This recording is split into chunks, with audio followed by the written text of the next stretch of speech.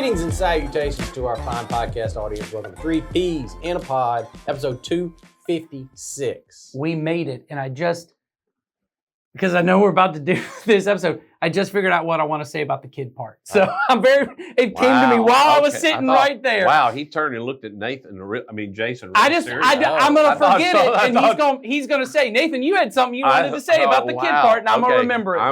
We're going to let that happen early on because it seemed super important. Well, it felt good.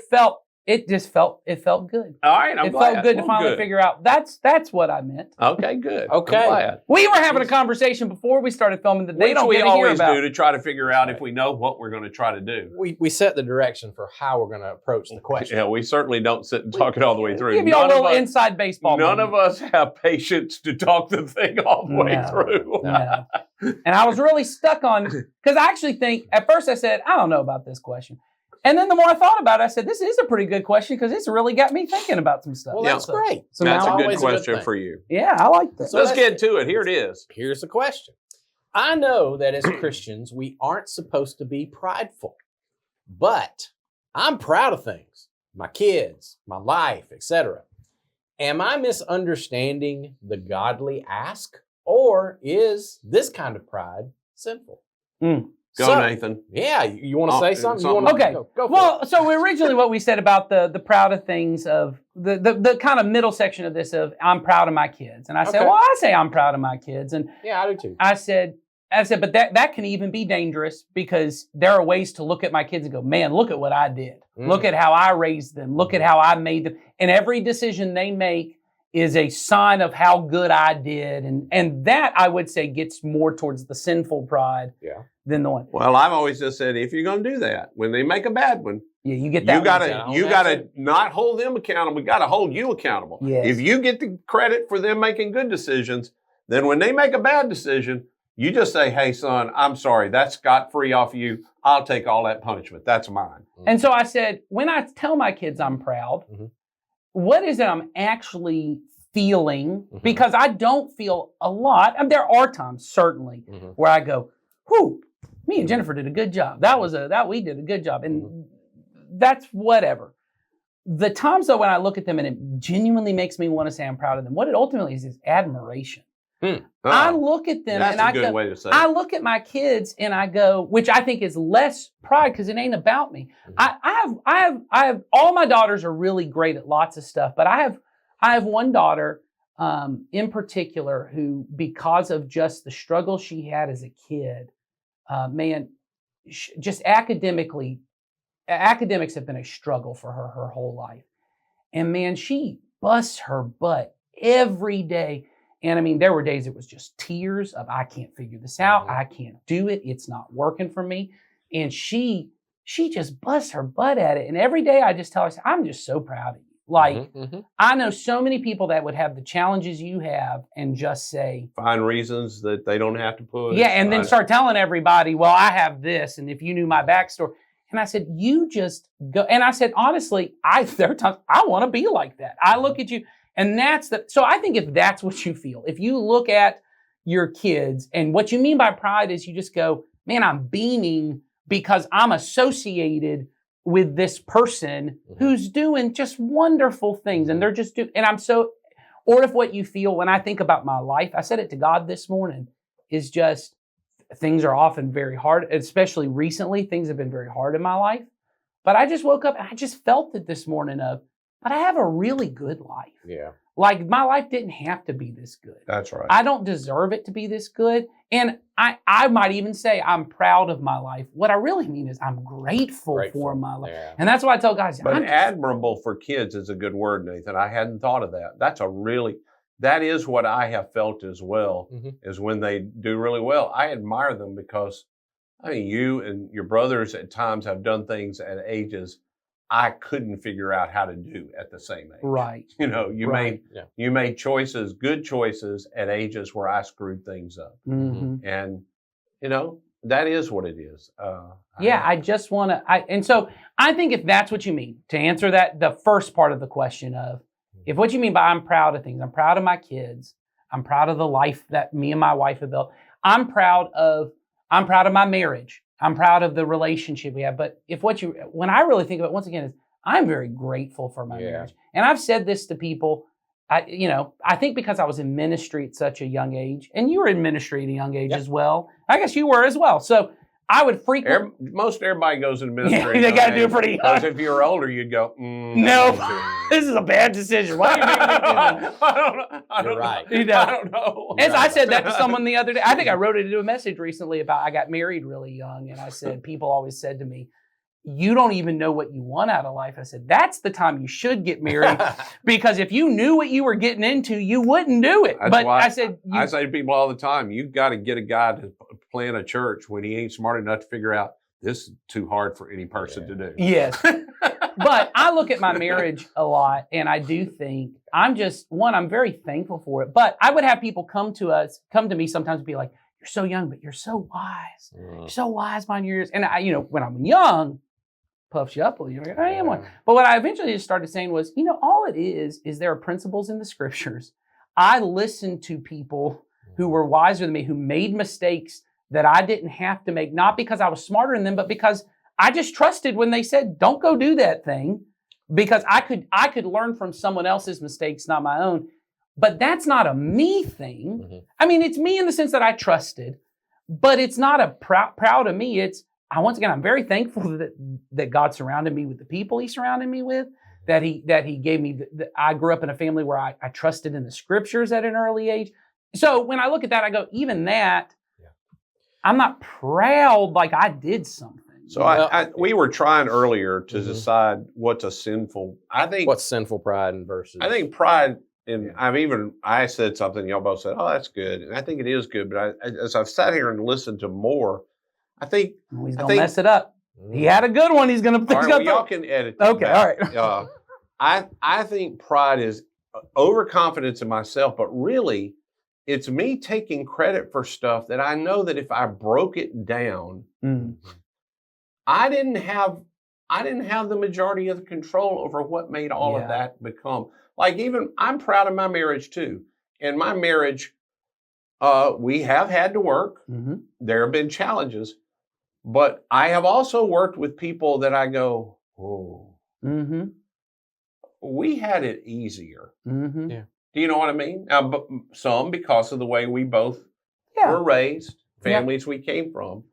But I've looked at people before and go, man, if I were in their situation, I don't know. Mm-hmm. So, and I look at myself honestly and go, I don't know that I could have done what they needed to do. Mm-hmm. You know what I'm saying? Yeah. So there's no sense of pride that in my marriage, I mean, I did what has been required to, coming up on 45 years, but well, it ain't all me. God was involved. Mm-hmm. There's a lot of other people around us that encouraged us, that helped us, that gave us advice. And I think what you just said is the dividing line for me when I think about it. And I was listening to y'all talk about this, is you have an understanding, an overarching sense of what I'm responsible for and what I'm not. Right. That's good. And it's a boundary thing. It's a boundary. And I think that's when you cross. So whenever you cross over, and I think, because the scriptures say God opposes the proud and gives grace to the humble. Right. Mm-hmm. So what is that about? Well, when I read that, part of what I think that means is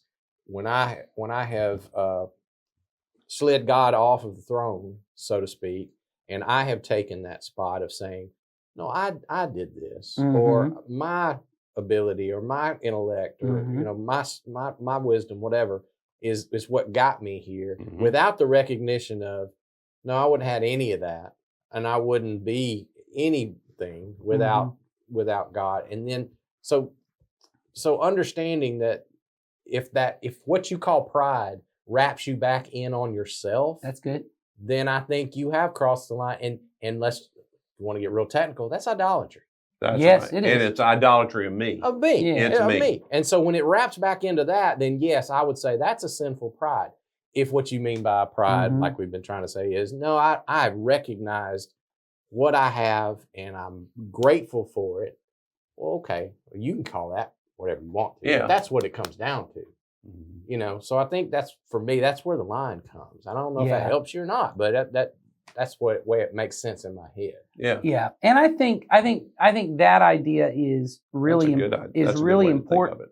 I think getting to the idea of understanding my life in terms of cooperation with God, we say interactive life with God, this idea that, and we've had to really push hard in our teachings and stuff, because I think in our culture, probably because of the wealth of our nation and kind of the, way that things have gone in our nation, Americans have a very overinflated sense of confidence in our abilities and what our money can buy and what our things can buy. We've had to hit really hard on, full dependence on God. Everything you do, you're just fully trusting in God. And that's true. I don't want to take away from that. But sometimes I think the way that gets translated to people is almost this head down, walking through life. I'm a worm and I can't make any good decisions on my own. And so God, unless God tells me a cheeseburger or hamburger, I can't choose. You know what I mean? Like I can't make it because I'm not.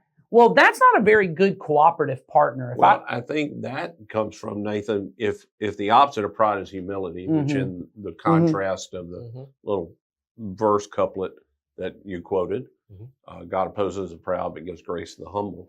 Pride and humility are coupled. If humility is, I think I'm terrible. Right. Which a lot of people do think. I can't. Yeah. Well, and in particular, there's a whole theologies system of Christianity that is, you are just terrible and horrible. Yeah. And that's what dependence on God looks like, is I'm a worm and I need God to make me anything valuable. Yeah. If that's the opposite, then I can see where you get to that pride is, thinking way too much. So the opposite of that has to be, but humility is just, I find my right spot. I am in the slot I am intended to be. Yeah. A dandelion is pretty in its own way. Yeah, that's right. What I mean? Most people look at it in their yard, which is supposed to be, they think, all Bermuda. Right. And when a dandelion comes up, they see that as a problem. But a dandelion is in its slot. Yeah. And it is pretty when now, later you go, but it has found its place and done the thing it was created to do. Yeah. That's what I'm looking for, is what am I to do in God's great world that He made, that was here long before I came along and will be here long afterwards. And everything I think I did, it was, when I do it right, it's me finding my slot in this conversation, in my family. And, this is another tough thing for people. Your slot in your family changes over time. We're in the midst of aging parent things with Becky's parents, our dad.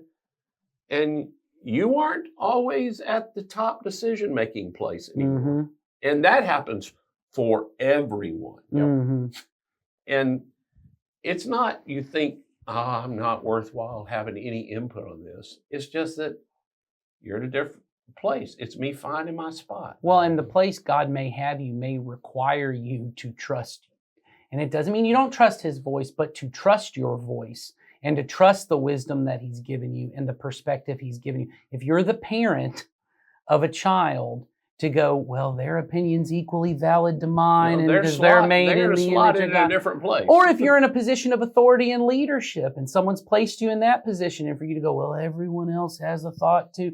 This isn't what this means. I mean, there's even, I think a lot about, I think it's Psalm 8, where it talks about the wonders of God creation, but then he gets to who is man that you are mindful of them. Now, there's one way to read that, which is, who am I? That's right. I'm the worm. Well, God even knows me. But then it says, you made them a little lower than the angels. That to the point that, and it goes this other part, that people might even see other human beings and worship them. That they might even, and we've all seen this. One of my daughters said it the other day when they were watching they saw like a concert footage, and they said, are those people worshiping that celebrity? And I said, in some ways, yes. I said, because there'll be a lot of worship at Super Bowl Sunday. I said, any thought that you have in your mind is, they figured out some secret to a good life, that if I could be like them, that is a form of worship. The idea is, you figured out the good life, and if I would do what you do, I could become like you. Well, we've experienced that in humanity, that we look at other humans and go, LeBron James has figured something out that other people haven't figured out. That Taylor Swift has figured something out. No one looks and goes, there was a lot of luck involved. Oh, yes. Everyone goes, they hustled harder than everyone else, Well, and they blah, blah, Hey, blah. nobody look at LeBron and got, no, there's some DNA there that Well, that yes, didn't yes, all of us get. Yeah. Certainly there's that part, but then there's also And just so a luck and opportunity and Yeah. all these different Your things. DNA is a direct result of nothing you had Nothing. you had nothing to do with. And so all of that to say, humility doesn't mean that I get to this place where I'm low on myself. What it ultimately means is I understand the ultimate importance of the universe. And even in my own life, I am not the most important person. And so the biblical way to look at it is, if you want to grow in humility and really test your humility, is say, am I doing anything out of selfish ambition or vain conceit? So if I'm the person, and honestly, I would say this, the more power and authority you have in a relationship or in in your work or whatever it is, the harder you have to ask that question, because a lot of parents, myself included, we do a lot of stuff out of selfish ambition and vain conceit. Yep. We were just talking about the pride you have in your kids. How many of us, I remember hearing a parent one time say to a kid who was in a bad situation, don't you know this reflects on me? Don't you? That's selfish. That's vain conceit. It is. That's everything about your life is either positive or negative for me, which now puts that person in a real low position, which means no matter what you do, it don't come back on you. It comes back on me. Now, there is a way to say, hey, everything you do, it's about God. Now, that's a different way to look at it, but it's about me. Well, when you approach a child that way as a parent, you just really ratchet up the heat and pressure that exists in your house, in your relationship, to the point where it is really hard to have a relationship with a person like that. Yes. So if I just was helping a client work through some parenting issues, and when your main question in your relationship with your child is, how do I get this child to behave in a certain way and fit into a certain box, that's what we call a very bounded set. And it's really, really difficult to relate to somebody in a set like that. But if I look at it like you did and say, my kids' choices are not me. They're not a part of my identity. That frees you up. That gives you enough separation for you to look at that relationship and go, how do I love and serve and lead like Jesus would in this situation, do my part, and even discipline and draw boundaries. Not saying you don't do that. That's all a part of influence. It's part of all of it. How do I do that in the Jesus way, and then allow whatever comes, and then I'll deal with that in the Jesus way as well. It's such a freeing kind of thing. And I say all that to say, I think that's when you've understood that I am being humble and not prideful. Yeah. I'm parenting in a humble kind of if way. If I don't come into the equation, because I'm just at that age of parenting where discipline's a pretty common thing. Sure. As they get older, it's those are less conversations right. you're having. But that's a different kind of discipline. It's a different. I get it, but I just mean it's often moment by moment. What are you doing? What is that's this? Right. And so Jennifer and I regularly have to just say, is this just something we don't like? That's right. Or is this something that we think is going to affect their ability to love God and love others? Mm-hmm. And if I look at you, and if you're showing patterns of deception, if you're showing patterns of every time you say something I don't like, I'm going to say something worse to you, I go, well, that is going to affect your long-term ability to love God and love others. So I do need to put boundaries around that. I do need to put discipline around that to make that happen. But if it's, I don't really like the way you're handling this, I don't like the way this makes me look as your parent, that I'm out in public with you and you're behaving this way, that does get too much in pride, because it's a me thing, not a, okay, so they choose to live their life this way, but they're still able to love God and love others. It comes to another part of pride, is me worrying about what other people think about me. That's a pride issue. It is. Because the truth is that the best thing I've ever heard on what other people think of me is, I think it's Eleanor Roosevelt that said, what other people think about me is none of my business. Yeah. Mm-hmm. True. Yeah, that's good. They can think whatever they want to think. Well, I think when in Dallas it said the sign of a mature Christian is someone who can allow others to think whatever they will. Yeah, I have Yes. that quote. I used to have it on my wall all the time. I must kindly allow people to think whatever they will, Mm-hmm. or lovingly Yeah. allow people to think whatever they will. Mm-hmm. And so I think that doing nothing out of selfish ambition, vain conceit. And then the other part is in humility, consider others more. And you can put whatever you want because everyone wants to change this into something that doesn't sound as whatever, more valuable than me, more important than me, better than me. There are all kinds of translations. And because I'll go through, those are the stupid things I like to do. I like to go through on certain verses, go, let me see every translation on this and see what everyone tried to do. Mm-hmm. And on a verse like that, everyone's got a different word because it feels like you're trying to go, well, more valuable. No one's more valuable. I mean, we're the same value, or no one's more important. We're the equal. And what he says is, I'm supposed to treat you as if you're more important than me. Well, and everybody that's had a kid knows Yes. in this relationship, to me, there is someone more important than me. It's them. Yes. And if it came down to me or them, I'm choosing them. That's right. That's If right. it comes to life, if Yeah. it comes to well-being, if it comes to them, if there's a choice to be made, I know what that looks like. Mm-hmm. Yes. I just now have to apply that the way the Lord asked me to apply it, to not just apply it to my kid. Yes.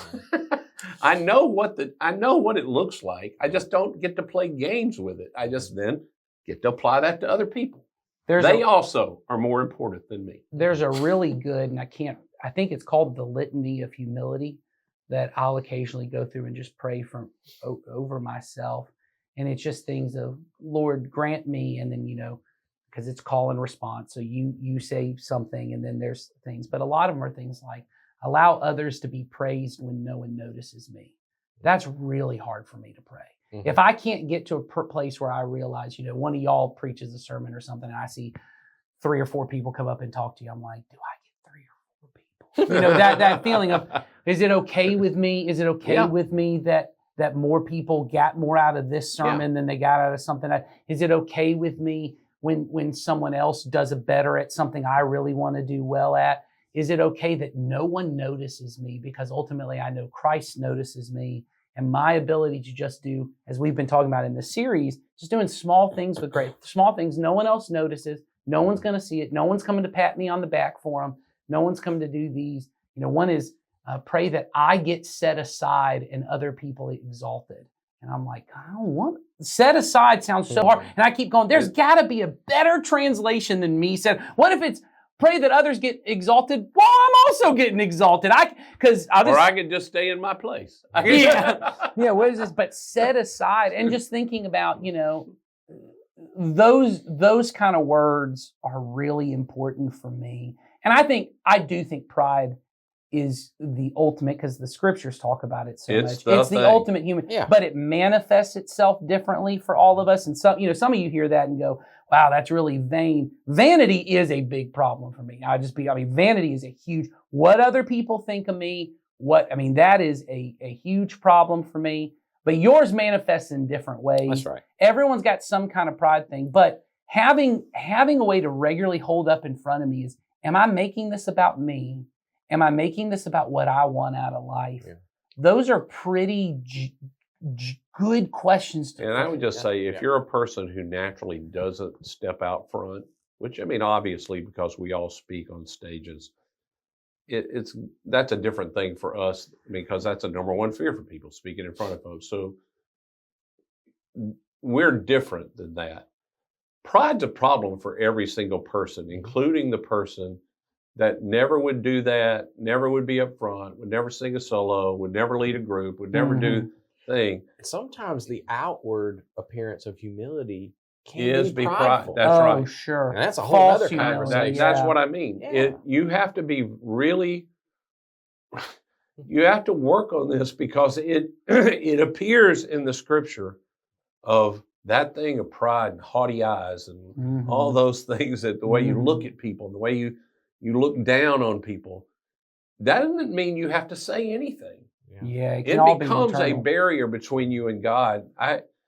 One of the things that somebody said to me years ago, and I have tried to practice as much as I could, is doing things that only God and I know about, that I know are the right thing,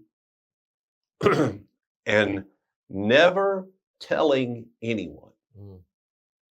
That will destroy pride in your life. That's right. If you can decide, I am regularly going to do right things, and I will, that no one sees.